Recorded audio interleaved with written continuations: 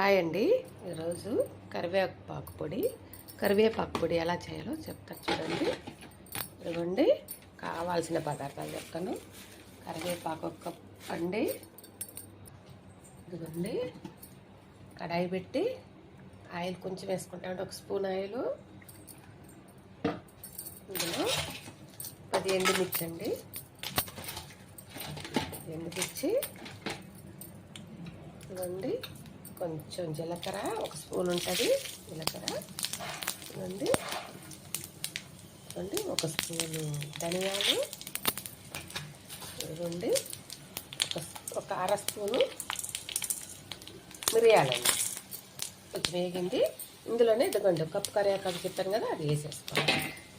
ఇవ్వండి కరివేపాకు, ఎండుమిర్చి, ధనియాలు, జీలకర్ర వేపి ప్లేట్లో వేసేసుకున్నాను.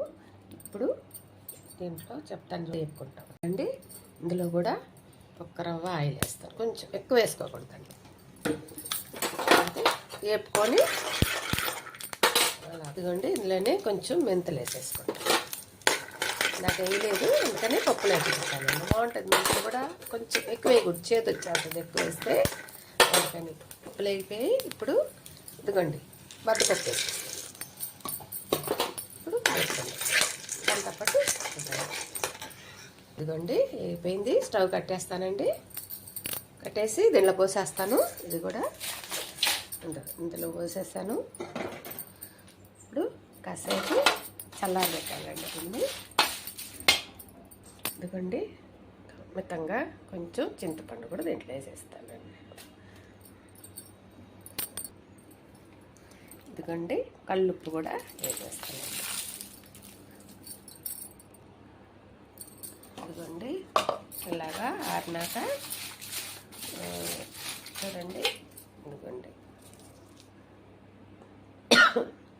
ఈ తలపై లాస్ట్లో మిక్సీలో వేసుకుంటానండి పొడి కొట్టాక. ఇదిగోండి వేసుకొచ్చింది. ఇప్పుడు మిక్సీ పట్టుకుంటాను. చూడండి మనకు రుచి తగినంత కల్లుప్పుగాను సాల్ట్గాను వేసుకోవాలి. ఇదిగోండి కరివేపాకు పప్పుల పొడి అండి, పుట్నాల పొడి. ఇంట్లో నేను కల్లుప్పు వేసుకున్నానండి. కల్లుప్పు వేసుకుంటే త్వరగా మెరిగిపోద్ది మిక్సీ. కారం భలే వాసన వస్తుందండి గమగమని.